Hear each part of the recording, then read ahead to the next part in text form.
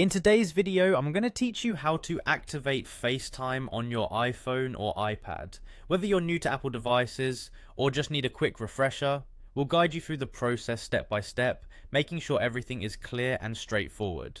To start off, it's important to make sure your device is connected to the internet. FaceTime requires an internet connection because it allows you to make video and audio calls over Wi-Fi or cellular data.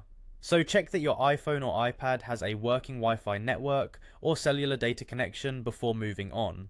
Once you're connected, the next step is to open the Settings app. This app is where you'll find most of the controls for your device's features and functions, including FaceTime. Within the Settings menu, look for the option labelled FaceTime. It's typically grouped in with other communication apps, so keep an eye out as you scroll down. When you've located the FaceTime section, it's time to enable FaceTime itself. You'll see a toggle switch right at the top of the FaceTime page.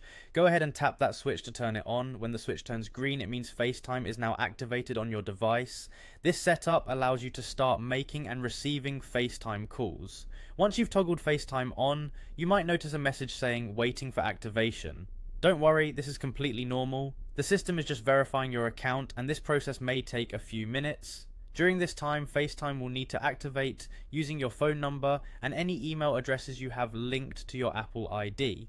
Make sure these details are correct so that people can easily reach you.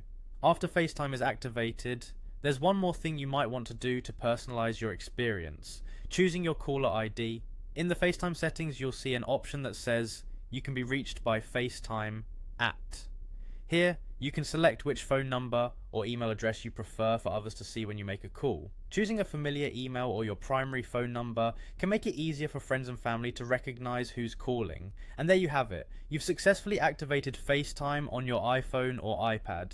Now you're all set to start connecting with friends and family through video and audio calls. If you ever want to disable FaceTime or change these settings in the future, simply head back to the FaceTime section in the Settings app and make any adjustments you need. Thanks for joining me today.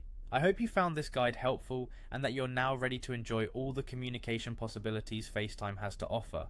If you have any questions, feel free to leave a comment below, and don't forget to subscribe for more helpful tech tutorials.